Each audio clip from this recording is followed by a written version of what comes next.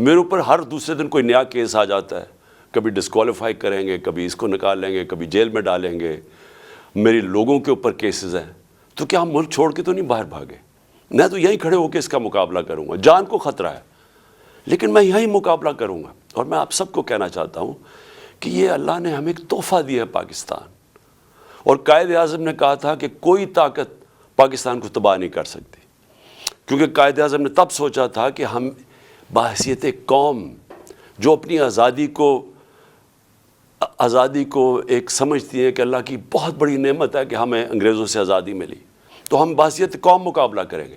لیکن ہم قوم نہیں بن سکے. لیکن خوشخبری یہ ہے کہ پہلی دفعہ میں دیکھ رہا ہوں کہ میرا ملک ایک قوم بننے جا رہا ہے. اور اس لیے میں کہتا ہوں کہ ہم ہر مشکل کا مقابلہ کر سکیں گے. تو میں نئے سال میں پھر سے آپ کو مبارک دینے کے بعد کہتا ہوں تیار ہو جائیں. ہم نے اس ملک کو نکالنا ہے اس سے، اور انشاءاللہ ہم نکالیں گے. ہم جب ایک کرائسس آتا ہے تو وہ ایک موقع بھی مل جاتا ہے، ایک اپرچونٹی مل جاتی ہے کہ ہم اپنے آپ کو اپنی اصلاحات کریں، اپنے اداروں کو ٹھیک کریں. سب سے بڑی بات یہ کہ پاکستان میں قانون کی حکمرانی لے کے آئیں، اس ملک میں انصاف کا نظام قائم کریں. اور میں سمجھتا ہوں کہ اگر ہم نے یہ اگلے تباہی آ رہی ہے راستے میں، اس سے صرف نکلنے کا ایک کام ہے کہ قوم ساری کھڑی ہو جائے کہ ہم یہاں عدل اور انصاف چاہتے ہیں. ہم طاقتور کو قانون کے نیچے لینا چاہتے ہیں. جو اللہ نے قرآن میں کہا ہوا ہے کہ سب سے زیادہ ضرورت ایک ملک کے اندر اللہ کی زمین پہ انصاف قائم کرو. نبی صلی اللہ علیہ وسلم نے بھی کہا ہوا ہے کہ بڑی قومیں تباہ ہوئیں جدھر طاقتور کے لیے چوری کرتا تھا تو اس کو نہیں پکڑتے تھے، کمزور کو پکڑتے تھے، وہ تباہ ہو جاتی تھی. اور حضرت ابو بکر جب خلیفہ بنے، حضرت عمر جب خلیفہ بنے، دونوں نے پہلی تقریروں میں کہا کہ ہم انصاف قائم کریں گے، ہم طاقتور کو قانون کے نیچے لے کے آئیں گے.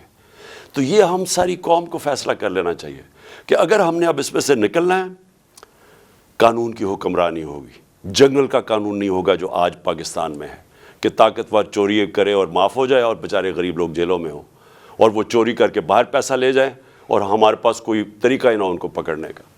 تو میں اب جس کے لیے میں نے آج یہ پریس کانفرنس کی ہے، کیونکہ پہلا سال تھا تو میں نے آپ سب کو تیار کرنا تھا ساروں کو، تاکہ میں بھی انشاءاللہ ٹھیک ہو رہا ہوں.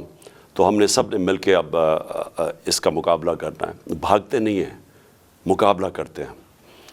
لیکن آج میں نے جو میڈیا ٹاک کیا وہ اس لیے کہ ہم نے جب سیلاب آیا پاکستان میں تو ہم نے پیسہ اکٹھا کیا. میں شوکت خانم کے لیے 30 سال سے پیسہ اکٹھا کر رہا ہوں، نمل یونیورسٹی کے لیے پچھلے 15 سال سے پیسہ اکٹھا کر رہا ہوں، اس سے بھی زیادہ 17 سال سے. تحریک انصاف کے لیے بھی 17 سال سے پیسہ اکٹھا کر رہا ہوں. میں ہمیشہ جو بھی پیسہ اکٹھا کرتا ہوں ساری چیزیں ٹرانسپیرنٹلی، شفافیت سے کرتا ہوں، اور میں ہمیشہ لوگوں کے سامنے سارے اپنے اکاؤنٹس رکھتا ہوں. تو جو یہ کہہ رہے ہیں فورن فنڈنگ ہے، یہ جو الیکشن کمیشن ہے، وہ میں چیلنج کرتا ہوں آج کہ صرف ہماری پارٹی کے سارا فنڈ جتنی ہم نے پیسے اکٹھے کیے ہیں وہ سارا ڈاکیومنٹڈ ہے. 40,000 ڈونرز ہم نے ڈاکیومنٹ کیے ہوئے، جبکہ کسی اور پولیٹیکل پارٹی کا یہ نہیں ہے.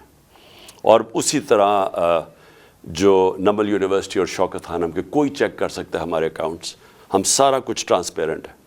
تو میں جو ہم نے سیلاب میں پیسہ اکٹھا کیا تھا اس کی آج میں چاہتا ہوں ڈاکٹر ثانیہ آپ کو پریزنٹیشن دے سیلاب کے، جو ہماری جتنا پلیجز آئے تھے ان میں سے کتنا ہم نے خرچ کیا، کتنا آگے کرنا ہے، جتنی ابھی پلیجز آنی ہیں وہ ڈاکٹر ثانیہ آپ کو بتائیں گی.